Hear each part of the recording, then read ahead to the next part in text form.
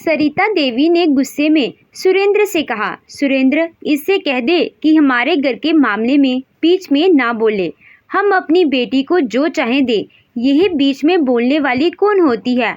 और यह मेरी बेटी की नीयत पर शक कर रही है। अरे, इसकी नीयत कौन सी ठीक है? यह तो मेरी बेटी को इस घर से एक चीज भी उठाकर देना नहीं चाहती। कनिका ने जोर से चिल्लाकर कहा कि माँ जी, कैसी बातें कर रही हैं? मुझे घर में 5 साल हो चुके हैं और मैं नीतू की नीयत को पहचानती हूँ। मैं इस घर का भला ही चाहती हूँ, तो मैं भला ऐसी बात क्यों करूँगी?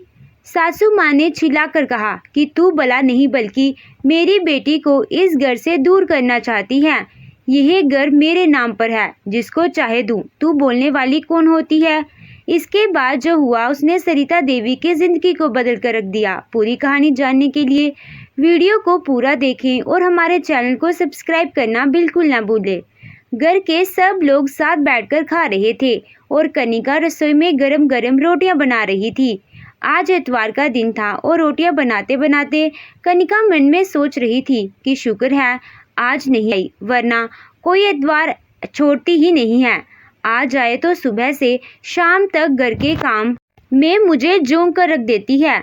इस समय घर की डोरबेल बजी और कनिका के मन में बस एक ही बात आई, लगता है आ गई। बाहर खाना खा रही सास की तुरंत आवाज आई, अरे बहू, जाकर तो देख दरवाजे पर कौन है। मैं सोच ही रही थी आज नीतू नहीं आई, देख कहीं वही तो नहीं है। कनिका ने मुंह बनाकर जैसे ही दरवाज़ा खोला तो सामने नीतू को देखकर तुरंत उसके पैर छूकर बोली, अरे दीदी, आज तो बड़ी देर से आई हो, मुझे तो लगा आज नहीं आओगी। नीतू फटाफट अंदर आते हुए अपनी माँ के गले लग गई तो माँ भी बोली, अरे बहू, जल्दी से अब अपनी ननद के लिए भी खाना लगा दे। देखती तू तेरी पसंद का कड़ी चावल बना है। नीतू तुरंत सबके सामने टेबल पर खाने बैठ गई तो उसके भाई सुरेंद्र ने कहा, अरे नीतू, पहले जाकर हाथ तो धो ले, पता नहीं कहाँ से आ रही है। नीतू तुरंत उठकर हाथ धोकर आई और इतने में कनिका अंदर से खाने की प्लेट लगा कर ले आई। लीजिए दीदी, गर्मा गर्म कड़ी चावल खाइए। नीतू ने तुरंत कनिका से कहा, अरे रोटी नहीं है क्या? मुझे तो रोटी भी खानी है। सासू माँ ने तुरंत अपनी बहू से कहा, बहू चल, नीतू के लिए गरम रोटी सेक दे, भला इसे ससुराल में कौन गरम गरम खिलाता होगा। कनिका तो पहले ही उसको देखकर अंदर से बुरी तरह गुस्से से उबर रह गई थी। उसकी रोटियां तो कब की बन चुकी थी, मगर अब उसे नीतू के लिए फिर से रोटी बनानी पड़ी और उसके लिए आटा भी तैयार करना पड़ा। सोच रही थी कि आज इत्मीनान से बैठकर कड़ी चावल और रोटी खाएगी, मगर नीतू ने अचानक आकर उसके अरमानों पर पानी फेर दिया। कनिका रोटी ले आई और नीतू ऐसे खाने लगी जैसे सुबह से भूखी हो। कनिका ने कहा कि दीदी, इतनी जल्दी क्या है, खाना बाग थोड़ी जाएगा, आप आराम से खाओ। तो सासू माँ ने कहा, तू क्या यहाँ खड़ी खड़ी देख रही है, आप जाकर रसोई समेट। तभी उसके पति सुरेंद्र ने कहा, कनिका तुम बैठकर खाओ, बाकी काम मैं देख लेता हूँ। तुम इतनी देर से सबको लिए रोटियां बना रही थी, तुम्हें कितने पसीना आ रहा है, चलो बैठ जाओ। सासू माँ की तिरछी निगाह से अपने बेटे को देखा। बहू की परवाह करता हुआ बेटा उनको अच्छा नहीं लगता था। अब सासू माँ नीतू के खाने खत्म होने का इंतज़ार कर रही थी, क्योंकि उनके पेट में तो दर्द हो रहा था। आखिर बहू की अपनी बेटी के साथ बैठकर बुराई जो करनी थी, वह भी तो बेसब्री से एतवार का इंतज़ार किया करती थी। नीतू आएगी और वह नीतू से कनिका की बुराई करेगी। नीतू सब समझ रही थी और उसने भी इसीलिए जल्दी से अपना खाना खत्म किया और हाथ धोकर सीधी माँ के पीछे पीछे कमरे में पहुँच गई। तो कनिका ने देखकर सोचा, अब माँ बेटी बैठकर जमकर बुराइयाँ करेंगे, इसीलिए तो यह यहाँ आती है कि अपनी सास की बुराई कर सके। और सासू माँ भी इसे कुछ कहती नहीं है, क्योंकि उनको मेरी बुराई जो करनी है। कनिका को ज़्यादा फर्क नहीं पड़ता था। उसने अपनी बेटी की भी प्लेट उठाई और रसोई में चली गई। उसकी छोटी सी बेटी पंखुड़ी अभी 4 साल की थी। वह कुछ देर बाद बेटी को कमरे में ले गई और सुरेंद्र से बोली कि अब मुझे थोड़ी देर आराम करना है, मुझे डिस्टर्ब मत करना। उधर सासू माँ अपनी बेटी से अपनी बहू की बुराई करने बैठ गई। बेटा तू पूछ मत, कि बेटे के सामने तो यह मेरे साथ कितने प्यार से बोलती है, मगर पीछे मेरे साथ ये क्या करती है। अब बेटे से क्या शिकायत करूं? वह भी तो इसके आगे पीछे घूमता है। जब बेटा नहीं होता तो जली फूकी रोटी खाने को देती है और बेटे के सामने ढेर सारा घी लगाकर रोटी देती है। नीतू ने कहा, माँ, आप भैया से इसकी शिकायत कर दिया करो, मैं भी तो देखूं भैया क्या कहते हैं। फिर तभी नीतू ने कहा कि मम्मी, अभी रक्षाबंधन भी तो आने वाला है। तो सरिता देवी ने कहा, हाँ बेटा, मैं तो तुझे बताने वाली थी कि तेरे भाई का प्रमोशन हो गया है और उसको दूसरे शहर में रहने के लिए फ्लैट भी मिल रहा है। राखी के बाद तो हम वहीं चले जाएंगे। नीतू ने तुरंत कहा, मम्मी, लेकिन फिर इस घर का क्या करोगे? यह घर तो पापा की याद है और इतना बड़ा भी है, बंद पड़ा रहेगा तो खराब हो जाएगा। तो सरिता देवी कहने लगी, तेरा भाई भी तो कह रहा है कि किराएदार को दे देंगे, कोई रहेगा तो साफ सफाई भी होती रहेगी और किराया भी आता रहेगा। इस बात को सुनकर नीतू का मन कुछ और ही ताना बाना बुनने लगा। उसने अपनी माँ से कहा कि मम्मी जी, हमें तो लगता है जीवन भर किराया ही देते रहेंगे। भाई कितना खुशनसीब है कि अपना घर होते हुए भी उसको ऑफिस की तरफ से फ्लैट रहने को मिल रहा है। उसके पास तो 2 घर हो जाएंगे, मगर हम तो किराया दे देकर मर जाएंगे। किराए भी तो बढ़ते जा रहे हैं। अब तो हमें मन चाहे किराए घर पर भी नहीं मिलता है। हमें तो फिर से मकान खाली भी करना है, क्योंकि मकान मालिक ने घर खाली करने को कह दिया है और अब घर मिल भी नहीं रहा है। सरिता देवी ने कहा, तो इतना दुखी क्यों हो रही है बेटा? दामाद जी को कुछ ना कुछ ज़रूर कर लेंगे, मुझे पूरा भरोसा है। उनका भी प्रमोशन हो गया तो तनख्वाह भी बढ़ जाएगी और शायद तुम्हें भी रहने के लिए अच्छा घर मिल जाएगा।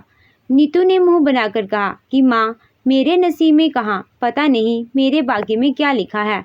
उस दिन तो नीतू चली गई, मगर उसके दिमाग में यह बात घूमती रही। उधर सरिता देवी ने नीतू के जाने के बाद अपने बेटे सुरेंद्र से कहा कि सुरेंद्र, हम तो यहाँ से दूसरे शहर में चले जाएंगे और तूने कहा था कि तू यहाँ पर किराएदार रख देगा। अब मैं क्या सोच रही हूँ कि नीतू बहुत परेशान है और फिर से किराए के लिए घर ढूंढ रही है, क्योंकि उसको मकान मालिक परेशान कर रहा है। किराएदार से अच्छा उसको यहाँ पर रख लेते हैं। जितना किराया बने नीतू से ले लेना, कम से कम अपनी बेटी की मदद तो हो जाएगी। कनिका भी यह बात सुन रही थी और उसे सुनते ही गुस्सा आ गया। उस सुरेंद्र ने अपनी माँ की बात सुनकर कहा कि माँ, आप ठीक कह रही हो। किराएदार से तो अच्छा है कि अपनी बहन ही घर में रह ले, और वैसे भी किराएदार घर को साफ सुथरा नहीं रखते हैं। अब नीतू से कह देना कि किराए का मकान ढूंढना बंद कर दे और मकान मालिक को 1 महीने का समय दे दे। हम जाएंगे तो यहाँ आ जाएगी। आखिर वह तो इस घर की बेटी है, वह रहेगी तो अपना समझकर ही रहेगी। कनिका को इस बात पर गुस्सा आया और उसने तुरंत कहा, आपको यह फैसला गलत नहीं लगता है क्या? मुझे नहीं लगता कि नीतू को यहाँ रखकर ठीक रहेगा, क्योंकि मैंने तो देखा है कि उनके पास कोई कमी नहीं है और वह बेकार में मम्मी जी के सामने रोती रहती है, क्योंकि वही तो उस दिन मम्मी से कह रही थी कि होटल में खाना खाने गए थे, महंगी महंगी कपड़े पहनती है और इतने सब ब्रांडेड होते हैं। जो वह इतना खर्चा कर सकती है तो किराए के मकान में भी रह सकती है, और फिर जीजा जी तो ठीक ठाक कमा रहे हैं, फिर नीतू ऐसी बातें क्यों कर रही है? देख लो सुरेंद्र, कहीं लेने के देने ना पड़ जाएं। मुझे तो नीतू की नीयत पर शक हो रहा है। सुरेंद्र को गुस्सा आया और वह कहने लगा, अरे तुम पागल हो गई हो क्या? वह मेरी बहन है, इस घर की देखभाल करने के लिए उससे अच्छा और कौन हो सकता है? सरिता देवी ने गुस्से में सुरेंद्र से कहा, सुरेंद्र, इससे कह दे कि हमारे घर के मामले में बीच में ना बोले। हम अपनी बेटी को जो चाहे दे, यह बीच में बोलने वाली कौन होती है? और यह मेरी बेटी की नीयत पर शक कर रही है। अरे इसकी नीयत कौन सी ठीक है? यह तो मेरी बेटी को घर से एक चीज़ भी उठाकर देना नहीं चाहती। कनिका ने ज़ोर से चिल्लाकर कहा कि माँ जी, कैसी बातें कर रही हैं? मुझे घर में 5 साल हो चुके हैं और मैं नीतू की नीयत को पहचानती हूँ। मैं इस घर का भला ही चाहती हूँ, तो मैं भला ऐसी बात क्यों करूँगी? सासू माँ ने चिल्लाकर कहा कि तू भला नहीं, बल्कि मेरी बेटी को इस घर से दूर करना चाहती है। यह घर मेरे नाम पर है, जिसको चाहे दूँ। तू बोलने वाली कौन होती है? सुरेंद्र ने कनिका से गुस्से में कहा। कनिका, बहुत देर हो गई तुम्हें ऐसी बातें करते हुए।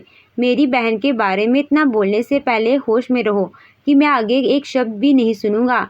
माँ, आप कल ही नीतू को फ़ोन कर दो कि हमारे जाने के बाद नीतू यहाँ रहने आ जाए। सरिता देवी ने अगले दिन ही खुशी खुशी नीतू को फ़ोन कर दिया और कहा, नीतू बेटा, अब तुझे डर की ठोकरें खाने की और मकान मालिक की जी हजूरी करने की कोई ज़रूरत नहीं है। हमारे ना रहने पर यहाँ किराएदार रहेगा और घर को कबाड़ खाना बना देगा। उससे अच्छा है कि तू ही यहाँ रह जाए। अब तो तेरा भाई भी यही चाहता है। नीतू ने कहा कि माँ, भाभी भी मान गई है ना? तो सरिता देवी ने गुस्से में कहा, वह माने या ना माने, क्या फ़र्क पड़ता है? यह प्रॉपर्टी मेरे नाम पर है, मैं जिसको चाहे दे सकती हूँ। नीतू खुशी के मारे उछल पड़ी और उसने अपने पति दिवाकर से कहा कि ये मेरे भाई ने हमें अपना घर रहने के लिए दे दिया है। आप चिंता मत करो, अब हम लोगों को किराया नहीं देना पड़ेगा। अब हम मुफ्त के घर में रहेंगे और अब तो शान से शॉपिंग किया करेंगे। अब आप मुझे मना भी नहीं कर पाओगे। उधर कनिका को यह फैसला बिल्कुल सही नहीं लग रहा था, क्योंकि उसे पता था कि अगर कभी हम वापस आए तो नीतू इतनी आसानी से घर से बाहर नहीं जाएगी। मगर उसकी बात पर तो किसी को भरोसा ही नहीं था। फिर कुछ दिन बाद रक्षाबंधन आई और रक्षाबंधन पर नीतू जब घर आई तो उसने अपनी माँ से कहा, मम्मी, मैंने तो अपनी आमदनी बढ़ाने के लिए एक इंश्योरेंस कंपनी ज्वाइन कर ली है। अब मैं उसकी एजेंट हूँ। आप मेरी पहली ग्राहक होगी, क्योंकि मैं आपका इंश्योरेंस सबसे पहले करूँगी। कनिका ने यही बात सुनी तो वह चौंक गई और उसने तुरंत कहा, लेकिन नीतू दीदी, अब माँ का इंश्योरेंस नहीं हो सकता, क्योंकि उनकी उम्र 70 से ज़्यादा है। तो नीतू ने कहा कि हमारी कंपनी ज़्यादा उम्र के व्यक्तियों को ही कवर कर रही है, क्योंकि इनका इंश्योरेंस कोई नहीं करता है। यह सुनकर सरिता देवी खुश हो गई और बोली कि बात कितने पैसे खर्च होंगे, मैं तैयार हूँ। नीतू ने कहा कि आपको 10,000 देने पड़ेंगे और आपका इंश्योरेंस हो जाएगा। यह सुनकर सासू माँ ने तुरंत नीतू को 10,000 देकर कहा, देख बेटा, मैं तो चाहती हूँ तेरा काम चल जाए। तू मेहनत कर रही है तो मैं तेरा साथ दूँ। नीतू ने तुरंत अपनी माँ का इंश्योरेंस कर दिया और उनसे पेपर्स पर साइन करवा लिए। कनिका कहने लगी कि सुरेंद्र, आपकी बहन ने किसी धोखेबाज कंपनी का इंश्योरेंस करवाया है और 10,000 के लिए कहा है, क्योंकि माँ की उम्र के व्यक्तियों का इंश्योरेंस अब काफ़ी महंगा होता है। अधिकतर कंपनियां तो करती ही नहीं हैं। सुरेंद्र ने कहा कि चलो, हमें क्या, इससे थोड़ा सा कमीशन नीतू को मिल गया होगा, इससे ज़्यादा क्या हुआ होगा। लेकिन कनिका, अब तुम कल से पैकिंग शुरू कर दो, क्योंकि हमारे पास केवल 1 हफ्ता है और हमको यहाँ से निकलना है, क्योंकि मुझे वहाँ समय पर नौकरी ज्वाइन करनी है। नीतू तो राखी करके चली गई और दोनों पति पत्नी अगले ही दिन से घर के सामान को समेटने में लग गए। लेकिन सासू माँ फ़ोन पर बार बार रो रो कर नीतू से कहती थी कि मैं रोज़ रोज़ नए शहर में तुझे नहीं मिल पाऊंगी, बेटा मुझे फ़ोन कर लिया करना। एक दिन आया जब सारा सामान ट्रक में लोड हो गया और सरिता देवी अपने बेटे बहू के साथ दूसरे शहर में चली गई। वहां जाकर सुरेंद्र का ध्यान अपनी नौकरी में लगा गया और कनिका अपने बच्चों का एडमिशन करवाने में जुट गई। इस बीच नीतू को कभी भी अपने भाई और माँ से मिलने नहीं गई। जब भी उसकी माँ सरिता देवी फ़ोन करके कहती कि बेटा तेरी याद आ रही है, तो वह कह देती थी कि माँ, आप तो इतनी दूर चली गई हो और आने जाने में किराया भी बहुत लगता है। इनकी नौकरी भी कुछ खास नहीं चल रही है और पैसे काट कर मिलते हैं। हम लोग तो बहुत मुसीबत से गुजर रहे हैं। कनिका को वहां जाकर बहुत राहत महसूस हो रही थी, क्योंकि हर इतवार को नीतू घर आया जाया करती थी। कम से कम अब वह नहीं आती थी और अपनी माँ को फ़ोन भी बहुत कम करती थी। लेकिन सरिता देवी इस बात से चिड़चिड़ी हो चुकी थी और बार बार कनिका को ताने देती थी कि मुझे तो मेरे पुराने घर में छोड़ाओ, मैं तो नीतू के साथ रह लूँगी। मैं बेटी से इतनी दूर आ चुकी हूँ कि उसे मिल भी नहीं पाती। एक दिन कनिका ने कह दिया कि आपकी बेटी आपको याद तो करती नहीं है और आप उसके लिए रोती रहती हो। सरिता देवी ने गुस्से में अपनी बहू से कह दिया कि जो तू चाहती थी वह तो हो ही गया है। अरे, मेरी बेटी तेरे कारण ही फ़ोन नहीं करती, क्योंकि तुझको अच्छा नहीं लगता। सरिता देवी का व्यवहार वहां जाने के बाद भी कनिका के साथ नहीं बदला और वह हमेशा वैसे ही ताने बड़ी करती रही। फिर एक दिन ऐसा आया जब सब कुछ बदल गया। एक दिन वह नीचे उतरकर पार्क जा रही थी कि उनका पैर फिसल गया और वह सीढ़ियों से सीधे नीचे आ गिरी। सरिता देवी को काफ़ी जख्म आए और उनके कूल्हे की हड्डी भी टूट गई। डॉक्टर ने कह दिया कि ऑपरेशन होना तो मुश्किल है और इलाज लंबा चलेगा, क्योंकि इस उम्र में ऑपरेशन सक्सेसफुल नहीं होते हैं। आप सुरेंद्र का खर्चा सब जोरों से हो रहा था तो कनिका ने एक दिन उसको सलाह दी कि हम ऐसा करते हैं कि अपना पुराना घर बेच देते हैं और माँ का इलाज कर देते हैं, बाकी पैसा संभाल कर रख लेंगे और भविष्य में और पैसे इकट्ठे करके नया घर खरीद लेंगे। सुरेंद्र वास्तव में बहुत परेशान चल रहा था, क्योंकि उसकी कमाई का आधा हिस्सा तो माँ की दवाइयों पर खर्च हो रहा था। एक नर्स को घर में लगाना पड़ता था, उसका खर्चा भी काफ़ी हो गया था। कनिका की यह सलाह सुरेंद्र को सही लगी तो वह कहने लगा कि 2 सालों में नीतू ने सिर्फ कोरियर से राखी भेजी है, वह कभी मिलने भी नहीं आई। आप फिर से रक्षाबंधन आ रही है तो मैं उससे मिलने चला जाता हूँ और उसे बता दूंगा कि मैं घर बेच रहा हूँ। जैसे ही इतवार आया, सुरेंद्र गाड़ी लेकर वापस अपने शहर निकल गया और अपनी माँ से कह गया कि वह घर बेचने की बात करने जा रहा है, क्योंकि अब उसके पास खर्च करने के लिए पैसे नहीं हैं। आखिर ज़मीन संपत्ति ऐसे वक्त पर ही तो काम आती है। नीतू ने भी इन 2 सालों में किराए के पैसे जमा करके काफ़ी इकट्ठा किया होगा, तो वह भी अब अपना नया घर खरीद लेगी। सुरेंद्र की माँ ने कहा कि बेटा ठीक है, तू निकल जा। सुरेंद्र 5 घंटे का सफ़र करके जब अपनी बहन के पास पहुंचा तो जाकर वह काफ़ी देर तक बेल बजाता रहा। फिर कुछ देर में अंदर से एक लड़की निकल कर आई तो उसे देखकर सुरेंद्र चौंक गया।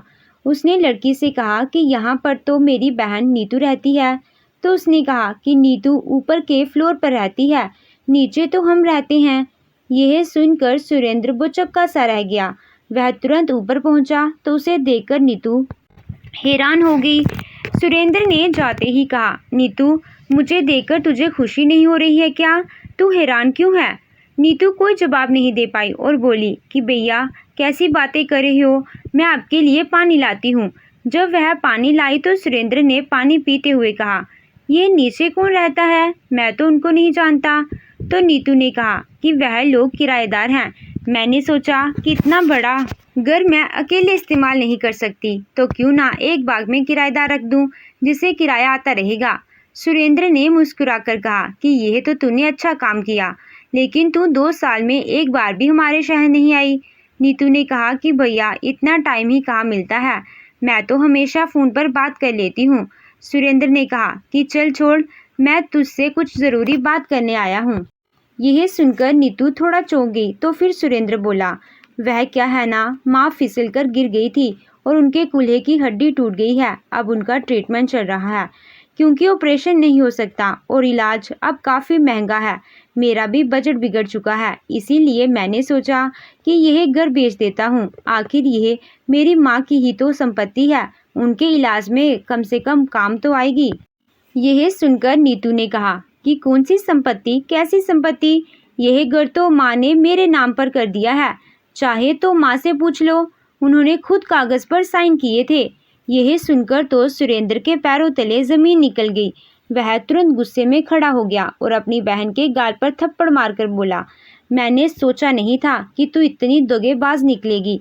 मुझे भरोसा नहीं हो रहा है कि मेरी बहन ने ही मुझे धोखा दे दिया। मुझे कनिका ने पहले ही कहा था कि तेरी नीयत ठीक नहीं है, लेकिन मैंने उसकी बात नहीं मानी और वही हुआ जो उसने कहा था। अब मैं माँ से जाकर क्या कहूँगा कि उनकी बेटी ने उनको लूट लिया है?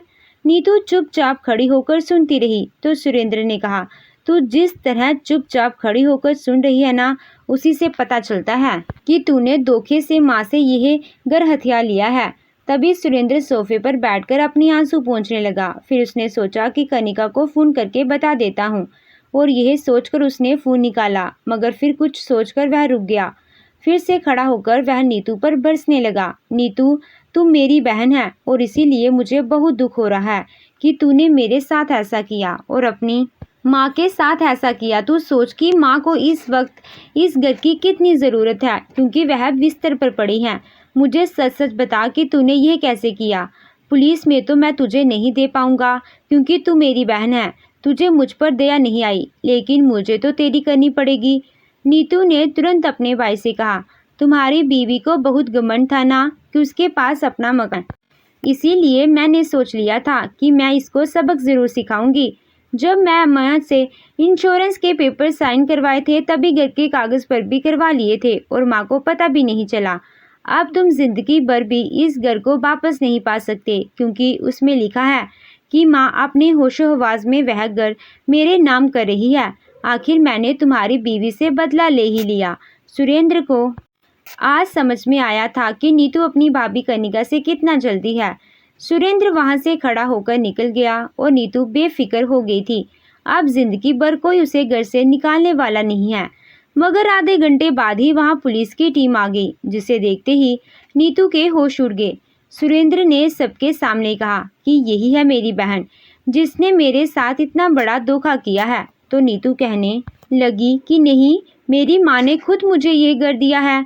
सुरेंद्र ने कहा कि अब नीतू तेरा झूठा चलने वाला नहीं है, क्योंकि तेरे जुल्म का कबूलनामा तो मेरे फ़ोन में रिकॉर्ड हो चुका है। सुरेंद्र रिकॉर्डिंग सुना दी जब उसने नीतू से बात की थी और उससे पहले वह कनिका को फ़ोन करने जा रहा था, मगर तभी उसके दिमाग में आ गया था कि कुछ तो करना पड़ेगा। तभी उसने कनिका को फ़ोन करने के बजाय रिकॉर्डिंग का बटन दबा दिया था। नीतू उस सबूत के सामने कुछ नहीं कर पाई और पुलिस उसे पकड़कर ले गए। बाद में उसके पति को भी पकड़ लिया गया।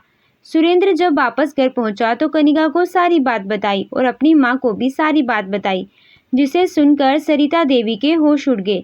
कनिका ने तुरंत अपनी सास से कहा कि जिस बेटी के लिए आपने इतना सब कुछ किया कि उसको रहने के लिए अपना घर तक दे दिया, देखिए उसने आपके साथ क्या किया। मैंने आपसे पहले ही कहा था कि उसकी नीयत ठीक नहीं है, मगर आपको तो मेरी नीयत पर शक था। आप इतने समय से बिस्तर पर हैं, आप ही बताइए कि आपका ख्याल कौन रखता है। आज तो सरिता देवी के पास कोई जवाब ही नहीं था। बहू की सेवा और उसके मन का भाव वह आज समझ गई थी। बेटे की हरकत पर शर्मिंदगी हो रही थी और बहू से बार बार माफ़ी मांग रही थी। तो दोस्तों, आपको ये कहानी कैसी लगी कमेंट करके हमें ज़रूर बताइएगा। कहानी अच्छी लगी हो तो वीडियो को लाइक कीजिएगा, चैनल पे नए हो तो चैनल को सब्सक्राइब कीजिएगा। Thank you.